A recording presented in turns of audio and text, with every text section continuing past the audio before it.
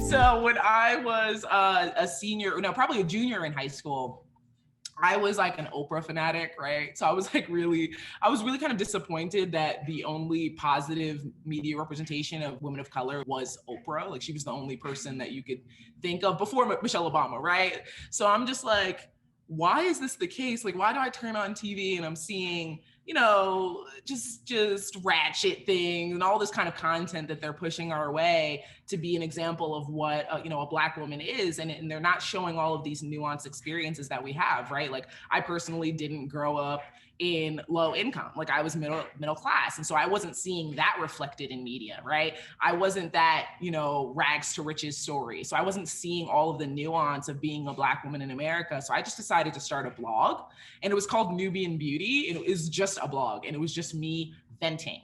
And then for whatever reason, this was like, the era of Twitter and MySpace, everything was very grassroots. So I would share it on my MySpace and girls from all over the country would start reading it. And they were like, oh, I want to submit, some of my stories. I'm like, okay, that's cool. Cause like I'm doing this on the side anyway. Like you can submit your stories.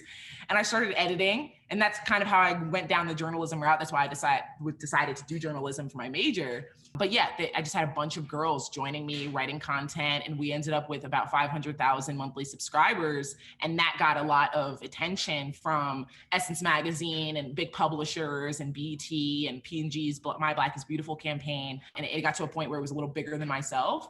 And so I was just a little stressed out. It started off as a passion project, and then it became this like real robust company where I actually had, managing editors and content creators and all of this other stuff. And so I was like, all right, I don't really love the golf thing, but I also don't know if I love this magazine thing either. So I'm just gonna major in journalism, see where it takes me, and let's just sell this company. And so I did that before graduating high school.